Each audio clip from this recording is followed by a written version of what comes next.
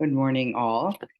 Um, a few days ago, I spoke about an experience in meditation in which I felt like I'd entered into what the descriptive words were, an inner sanctum.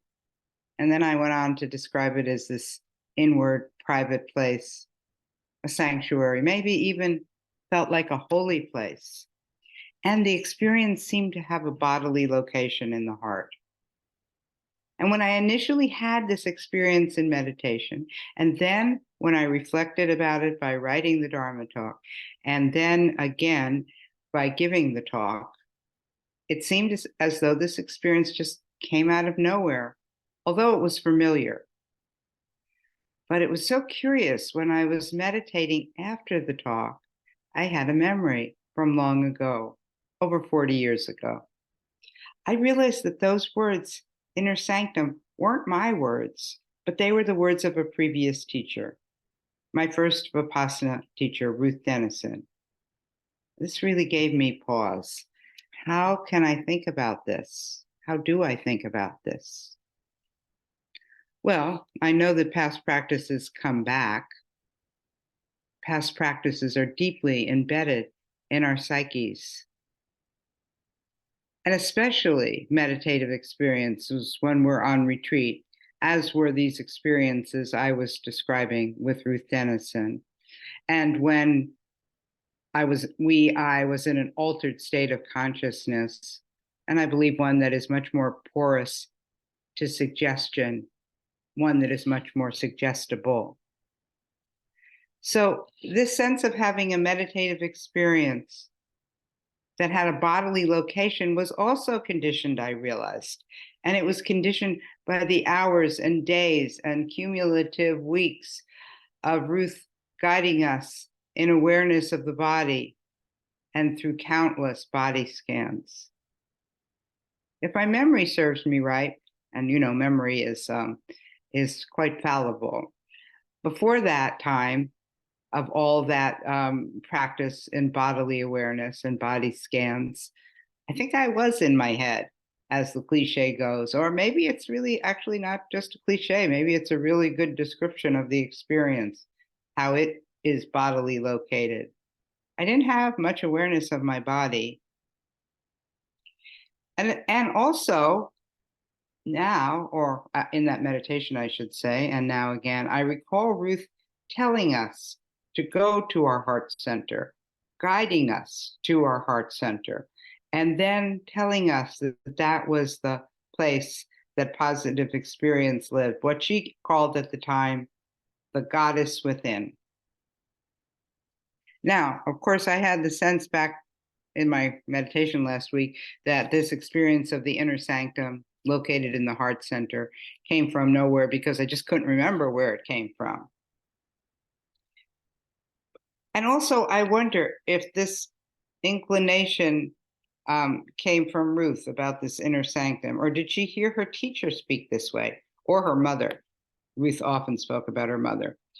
Now, I am pretty sure Ruth added on to the Buddhist practice that she'd learned this notion of the goddess within. I'm pretty sure that this didn't come from her Asian teacher, U Ba Khin.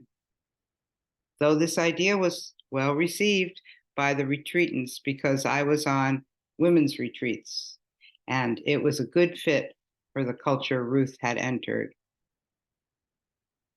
So in our book, we write, quote, "Culture isn't always so visible until we step back. Then we can look back on it and see how steeped we are in it." Funny to use that word, because we were saying that our practice is like a slow steep. We want to be steeped in something, but we don't want to be stained like my teeth are after too much apricot black tea. That's part of what we're getting at. Our cultures leave stains. Now going back away from the book, back to my talk, my thoughts this morning. Indeed, this is what happened when I reflected back upon my experience of an inner sanctum located in my heart center. But I like the stain. And now I know that Buddhism was adapted countless times and continues to be adapted as it travels around the world, as it encounters many cultures. Back then, I didn't have that perspective, or know if there was a place. I mean, I didn't know anything about it. And I worked in a metaphysical bookstore, so I could read all the books. And believe me, there weren't that many about meditation and Buddhism when they first came out. But it didn't seem like anyone was writing about the influence of culture on meditation and Dharma teachings. So now we understand that here in reflective meditation, we're creating our own culture, just like Ruth Denison did as she entered our lesbian feminist culture. And by the way, at the first retreat she taught us, she asked us all kinds of questions to try to understand our culture. Back then, I didn't know what she was doing. I just thought she was asking strange questions for a Buddhist teacher. So now I'm going to read from the book again. And this is about our intention to create a culture in reflective meditation conducive to growth and transformation and embedded with our values of diversity, independence, authenticity. And I read, so here's another criterion of a helpful culture. It maintains conditions suitable for growth. That's it. Meditation sets up the conditions suitable for growth and transformation in so many ways, different ones for each of us and different at different times. The reflective meditation culture welcomes meditative diversity. Your stream of consciousness and the conditions in your life will differ from ours. That's what we're curious about.